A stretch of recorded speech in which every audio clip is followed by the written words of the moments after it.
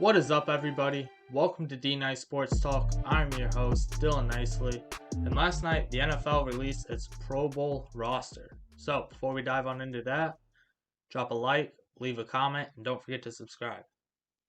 Moving into the Pro Bowl roster, starting with our quarterbacks from the AFC, we have Justin Herbert, Patrick Mahomes, and Lamar Jackson. From the NFC, Aaron Rodgers, Tom Brady, and Kyler Murray. All these quarterbacks from the AFC are just super young, great talents. So that is great for the AFC. They have a bunch of young studs that are going to be around for a very long time. In the NFC, we got two old veterans in Tom Brady and Aaron Rodgers. So it'll be interesting to see how the NFC starts getting some of those newer guys in there to eventually take over the league. Kyler Murray also made it for the NFC, which I'm kind of impartial to. Yeah, he's had a pretty good season. Yes, Arizona is looking great, except for these past 2 weeks.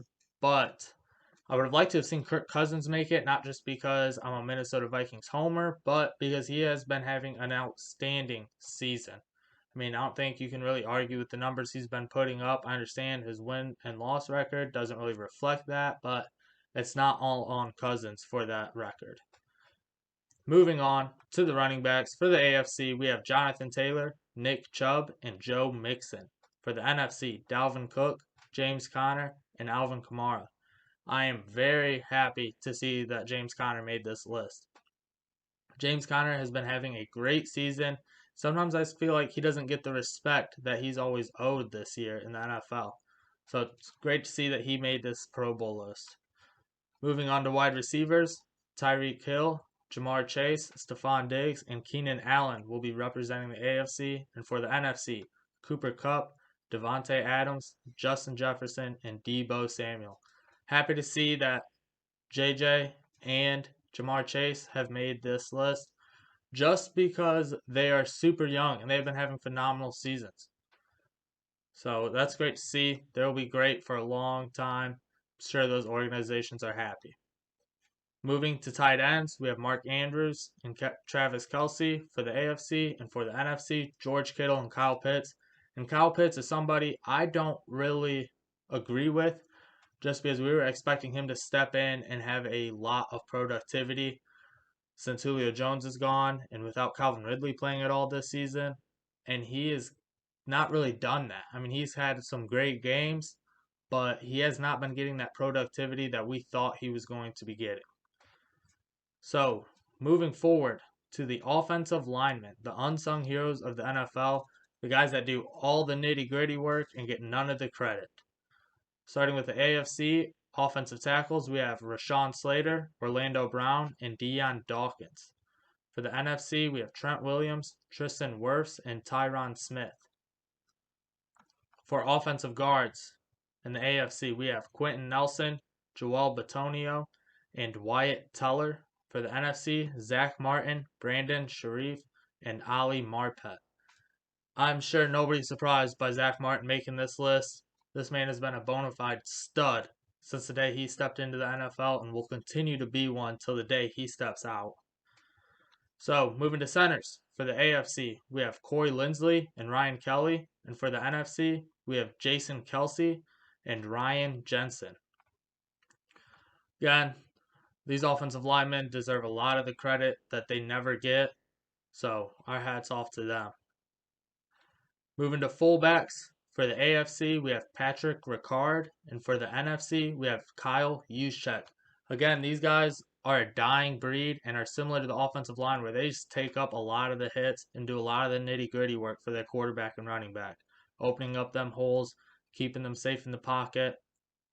So, great to see those guys make it. Hopefully that the NFL continues putting fullbacks in like that because those two definitely deserve it. They do a lot for their teams. Moving to the defensive side of the ball.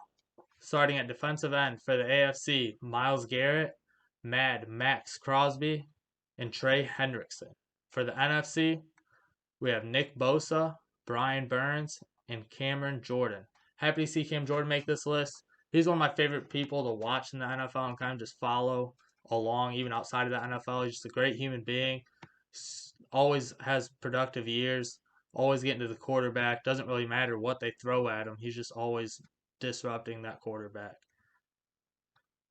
Moving to our defensive tackles for the AFC, we have DeForest Buckner, Chris Jones, Cameron Hayward. And for the NFC, we have Aaron Donald, Jonathan Allen, and Kenny Clark. Again, with Aaron Donald, that man is just a stud. You can throw three people at him, it doesn't matter. He's still going to find his way to the quarterback. So, big hats off to him. I mean, that man, he is ridiculously good. He is the reason why that Los Angeles Rams team is as good as they are. Moving on to our outside linebackers. For the AFC, we have TJ Watt, Joey Bosa, and Matt Judon. For the NFC, we have Chandler Jones, Robert Quinn, and Shaq Barrett. TJ Watt is up for Defensive Player of the Year, and deservingly so. This man is a stud, and just if you don't believe me, go look at the numbers from when he's on the field and when he's off from the field. If that doesn't scream MVP to you, then I don't know what you consider an MVP. Because when he is on there, he is their most valuable player for that Pittsburgh Steelers. And Shaq Barrett over here for the NFC, that man flies around, killing people. I mean, he knocks people's heads off because he is so fast. He can cover any position. Moving on to the middle linebackers for the AFC, Darius Leonard and Denzel Perryman. For the NFC, Micah Parsons and Bobby Wagner. Micah Parsons is another one of those guys, even as a rookie, he's just coming in here and just been a great addition for that Dallas defense. He's up for Defensive Player of the Year, and pretty sure everybody knows that he's getting Rookie Defensive Player of the Year. So great season for Micah Parsons. Hopefully he doesn't get any injuries and he continue being this dominant in the league. Would have liked to have seen Eric Kendricks make this over Bobby Wagner. Bobby Wagner has about 20 more total tackles than Kendricks does, but Kendricks has 4 more sacks and 1 more interception. And I mean, Eric Kendricks is an entire defense basically for Minnesota. I mean, he does everything for those guys. Moving on to our cornerbacks. For the AFC, we have J.C. Jackson, Xavier Howard, Denzel Ward, and Kenny Moore. For the NFC, Trayvon Diggs, Jalen Ramsey, Darius Slay, and Marshawn Lattimore. Again, with Trayvon Diggs, another Dallas Cowboys for that defense. I mean, they've really turned it around compared to last year. A lot of that is for Dan Quinn, so great job by him. But Trayvon Diggs, I mean, he has 10 interceptions already in the league.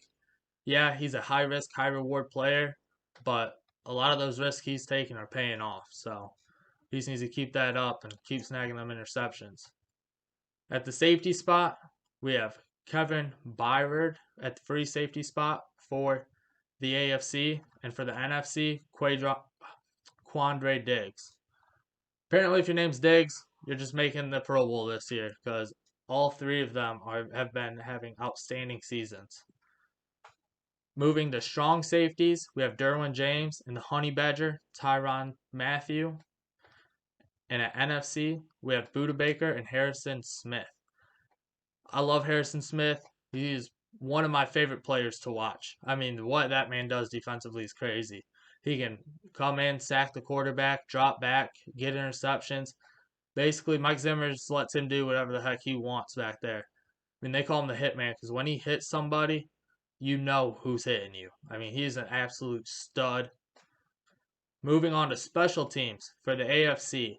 At long snapper, we have Luke Rhodes, punter, AJ Cole, kicker, Justin Tucker, returner, Devin Duvernay, and their special teamer is Matthew Slater. For the NFC, long snapper, Josh Harris, punter, Brian Anger, kicker, Matt Gay, returner, Jakeem Grant, and special teamer, JT Gray. I don't think anybody's surprised by Justin Tucker making this list. I mean, he had a 66 bomb against the Detroit Lions. And in a dome, I mean, at Mile High, that's understandable. You know, that air's thin up there. Maybe you get some wind to your back, but he's in a dome, which, yes, does help him out as far as the wind goes. But sometimes it's nice to have that wind to your back. and he just doesn't miss. He kicks it right through the center of the post every single time. He's an absolute amazing kicker. Wish he'd come over to Minnesota so we wouldn't have to worry about our kicking woes anymore, but don't believe that will be the case. So that is all for the Pro Bowl teams. For the most part, I agree. Just a couple people I just don't really agree with. Yeah, some of it is me being a Minnesota homer. And I'm sure there's some other guys that deserve to make this list. So comment down below who you think should have made it or who shouldn't have made it. And let's move forward to the Thursday night Week 16 game with the Tennessee Titans versus the San Francisco 49ers. San Francisco 49ers are rolling hot right now. Can't seem to lose. And with Debo and Kittle, anything is possible. I mean, Debo is literally, I can't express this enough. He is a better Cordell Patterson. They give it to him out of the backfield, give it to him long. He catches balls, has great hands. And when it takes two guys at least to tackle this man every time. You can't just wrap him up. I mean, he breaks tackles. He has the most yards after contact out of anybody in the NFL. And Kittle's the same way. You can't just run into him with a shoulder and hope he goes down. It's going to take a couple guys to get those guys down. So it's going to be real tough, I believe, for Mike Vrabel's defense to stop that San Francisco's offense right now. And San Francisco's defense is nasty with Fred Warner conducting that defense, basically. I mean, that defense can really get after the passer, can stop the run. They're just really solid on both sides of the ball. Now, with Tennessee, A.J. Brown is expected to return. Julio Jones is questionable. So it'll be interesting who they're going to be having step up for them offensively. They've been really down lately. No, they have Hillard as their running back, and they have Devontae Foreman as their running back right now, and Jeremy McNichols is coming back, but he still has been a limited role.